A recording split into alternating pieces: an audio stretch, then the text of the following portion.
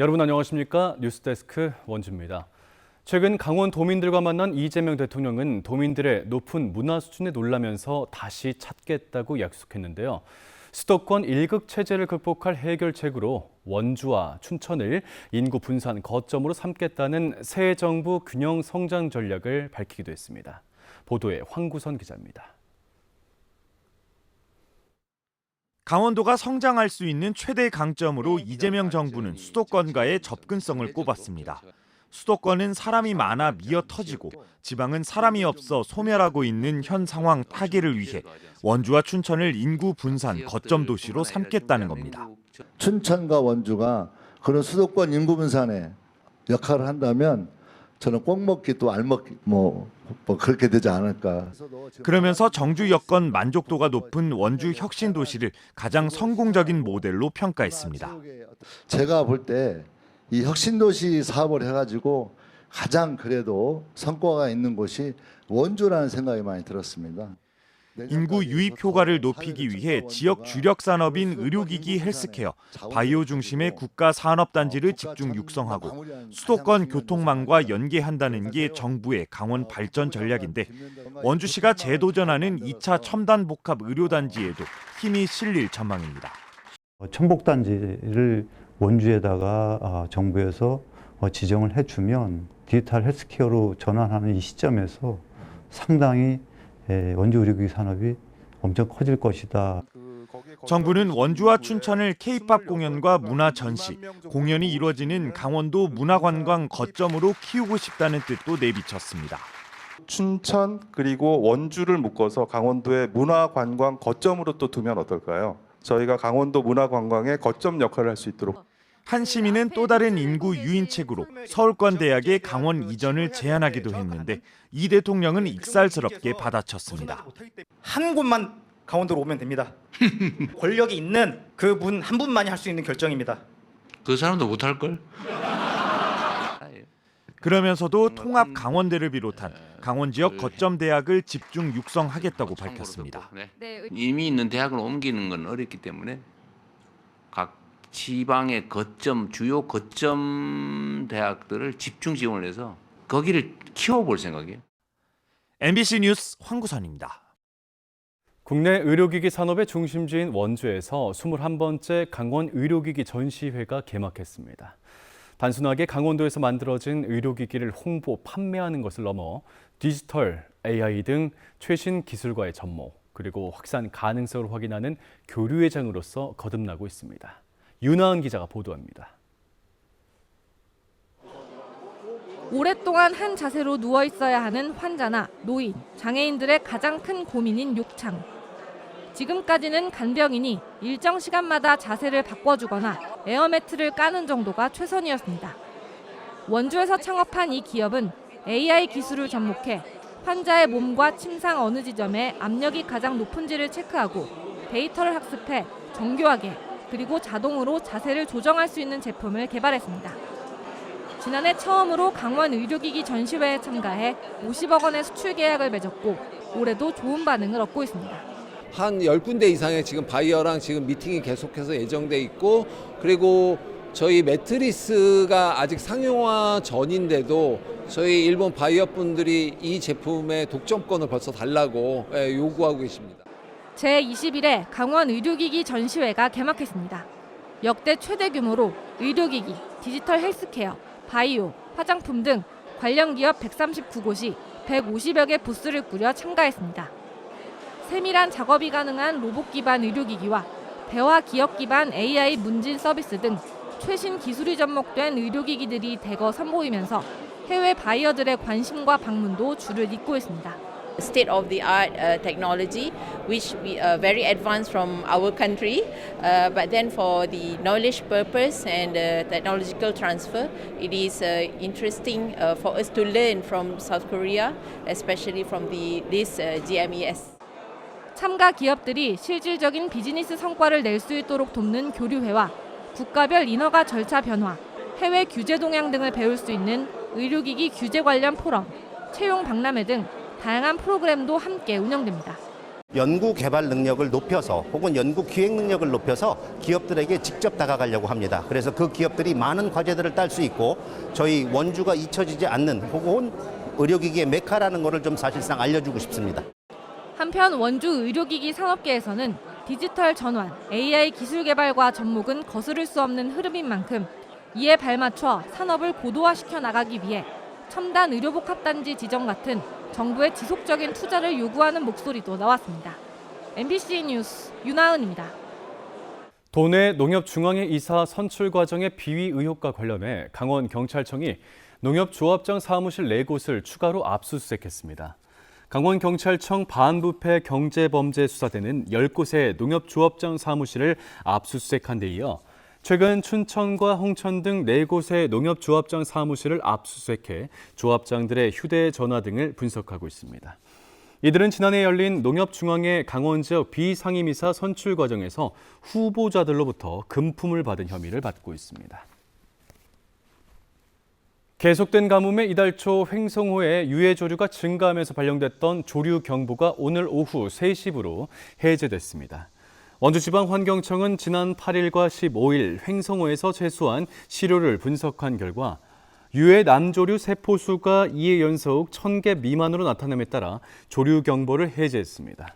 최근 기온이 떨어지고 비까지 내리면서 조류의 증식 활동이 둔화되는 것으로 파악됩니다. 환경청은 지난 4일 유해 조류가 기준치를 넘어서면서 조류 경보 관심 단계를 발령했고 14일 만에 해제됐습니다. 비가 내리면서 강릉은 걱정을 조금이나마 덜게 됐지만 강원 남부권은 비가 많이 내리지 않았습니다. 특히 광동댐 수위가 예년보다 많이 떨어져 있어 태백 지역의 수량 확보가 걱정입니다. 보도에 조규환 기자입니다. 한강 발원지인 태백 검룡소 일대에서 내려온 물이 흐르는 골지천입니다. 하천변을 따라 폭 2m가량의 물길이 500m 구간에 생겼습니다. 가뭄 때문에 하천이 심하게 마르자 흐르는 물이 땅속으로 새지 않도록 비닐을 깔아 물길을 만든 겁니다. 주민분들 의견을 좀 들었고 저희가 물돌리 작업을 실시한 결과 하천물이 좀 빠지는 구간을 좀 확정이 되었고 그래서 원수 확보를 위해서 저희가 작업을 시작했습니다. 골지천 하류인 광동댐으로 내려갈수록 흐르는 물은 점점 줄어듭니다. 태백시는 이번 달부터 하천 약 4km 구간에 저류시설 10여 곳을 만들어 물을 가둔 뒤 광동댐까지 관로로 물을 더 보낼 계획입니다. 최근 비가 조금 내리면서 광동댐 수위는 더 떨어지지 않았지만 여전히 저수율은 예년의 절반 수준인 36%대에 그쳐 가뭄 대응 단계가 오히려 관심에서 주의로 높아졌습니다. 광동댐 물 사정이 나빠지자 발등에 불이 떨어진 건 태백시입니다. 삼척과 정선에선 일부 지역만 광동댐 물을 쓰지만 태백시는 거의 모든 용수를 의존하고 있습니다. 제한급수를 겪는 강릉시와 물 확보 사정이 비슷합니다. 이렇다 보니 농업용수는 이미 방류 제한을 시작한 지 일주일째입니다. 시민을 대상으로 물절약 홍보가 시작됐고 공공청사는 물 사용량을 10% 이상 줄이도록 했습니다. 수영장 위주로 해서 강원랜드 복지관이라든가 저희들 국민체육센터 이런 물 사용이 많은 그 기관에 대해서 좀 자제를 요청드리고 있습니다. 또 물 사용을 20% 줄이는 시민들에게 수도 요금을 깎아주는 방안을 관계기관과 협의하고 있고 삼척과 정선 등 인접 시군과 급수 대책을 논의하기 시작했습니다. MBC 뉴스 조기환입니다. 민족의 대명절 추석이 다가왔는데요. 가족들끼리 모여 행복한 시간을 보내야 하지만 이런 명절이 반갑지만은 않은 사람들도 있습니다. 임금을 제때 받지 못하고 있는 근로자들인데요. 나금동 기자가 전해드립니다. 지난해 5월 춘천의 한 공사 현장에서 3주간 반장으로 일한 서광민 씨. 본인을 포함해 근로자 8명이 임금 3천만 원을 1년이 넘도록 받지 못하고 있습니다. 임금을 준다던 업주는 사실상 잠적한 상태입니다. 이 돈 저 돈 다 빌려다가 그거 하고 생활비 쓰고 이래야 되는데 체불하면 그냥 한 가정이 바보가 되는 거예요. 그 너무 답답하죠, 그런 현실이. 같은 현장에서 크레인과 지게차를 몰던 10여 명의 작업자들도 공사 대금 5천만 원 정도를 받지 못했습니다. 맛있는 음식을 먹고 그리고 덕담들 나누고 그렇게 할 수 있는 날인 거잖아요. 그런데 이 마음 한구석에 불편한 마음이 있는 상태에서 이 같은 임금 체불은 해마다 늘고 있습니다. 강원 지역 임금 체불 신고는 2022년 7,200여 건에서 지난해 9,300여 건으로 2년 만에 28% 넘게 늘었고 올해는 지난달까지 이미 6천 건을 넘었습니다. 체불 금액도 2022년 291억 원에서 역시 꾸준히 늘어 지난해 역대 처음으로 500억 원을 넘었고 올해는 지난달까지만 339억 원에 이릅니다. 피해 근로자는 올해만 벌써 4,700여 명, 체불 사업장은 1,700여 곳에 이릅니다. 고용노동부 강원지청은 추석을 앞두고 검찰과 합동 청산 대응반을 꾸려 상습 체불 사업주에 대한 단속을 강화하고 있습니다. 지역 경제에도 악영향을 미치는 사회적 범죄입니다. 이에 따라서 앞으로 상습 임금 체불 사업주는 신용 제재나 공공입출 제한 등 경제적 법적 제재가 더욱 강화될 것입니다. 고용노동부 단속을 통해 올 들어서만 31명의 사업주가 불구속 입건돼 수사를 받았습니다. 임금 체불 사업장이 계속 발생하면서 일한 대가를 받지 못한 근로자들의 속이 타들어가고 있습니다. MBC 뉴스 나금동입니다. 원주시가 초등학생들에게 예체능 활동비를 지원하는 꿈 이룬 바우처 사업의 연계 사업을 추진합니다.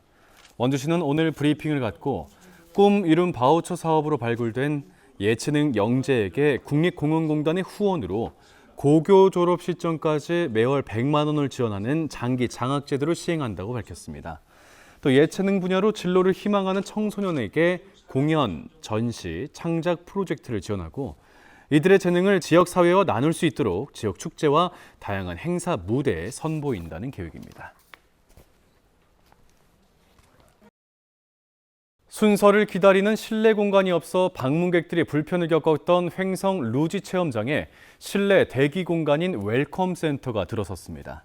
횡성구는 18억 2천만 원을 투입해 5천면 루지 체험장 주변에 지상 2층, 연면적 350제곱미터 웰컴 센터를 건립하고 본격적인 운영에 들어갔습니다. 센터 안엔 매표소와 실내 놀이터, 방문객들의 휴게소가 들어섰고 향후 횡성 루지 관련 기념품이나 지역 특산품 전시 공간도 마련될 예정입니다. 영월군 덕포지구가 산림청 공모사업인 2026년 기후 대응 도시숲 대상지로 선정돼 사업비 20억 원 중 10억 원을 국비로 지원받게 됐습니다. 덕포지구 기후 대응 도시숲은 군민 생활 환경 개선, 경관 형성, 휴식 공간 제공 등 도시숲의 다양한 기능 중 도시 열섬 완화에 중점을 두고 내년부터 약 2년 동안 조성됩니다. 예정지는 새롭게 들어설 덕포지구 공공주택 지역 활력타운, 영월경찰서와 강원 남부권 종합의료타운, 드론 테스트베드와 인접한 곳으로 정주 여건 개선에도 기여할 수 있을 전망입니다. 평창군이 지역에서 생산되는 특산품의 미국 시장 판로 개척을 위해 미국 현지에서 활동하는 미주 한인 상공회의소 총연합회와 업무 협약을 체결했습니다. 협약에는 평창 특산품의 현지 판로 개척 지원, 미국에서 열리는 전시회와 박람회 참여, 글로벌 비즈니스 프로그램 공동 운영 등이 담겨 있습니다. 미주 한인 상공회의소 총연합회는 미국 전역 50개 주에 있는 78개 지역 상공회의소가 참여하는 한인 경제 네트워크로서 평창군은 이번 협약을 통해 미국 시장 진출에 안정적인 기반을 마련할 수 있을 것으로 기대하고 있습니다. 원주공항 노동자들이 포함된 전국공항노동자연대가 내일 하루 총파업에 들어가지만 원주공항 운영에는 차질이 없겠습니다. 원주공항은 소속 환경미화원 1명이 총파업에 참가할 예정으로 공항 운영에는 별다른 영향을 미치지 않아 정상적으로 운영된다고 밝혔습니다. 원주공항을 비롯한 전국 15개 공항 노동자들이 참여하는 전국공항노동자연대는 하루 동안 인천공항에서 총파업을 열고 공항 인력 충원과 안전, 소방 등 필수 업무가 자회사 노동자들에게 집중되는 업무 구조의 개선을 촉구할 예정입니다. 강원도의회 강원개발공사 사장 인사청문 특별위원회가 김태현 후보자에 대해 적격 판단을 내렸습니다.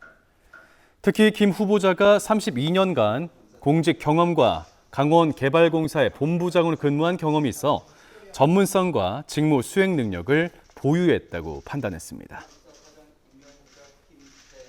지금까지 뉴스데스크 원주였습니다.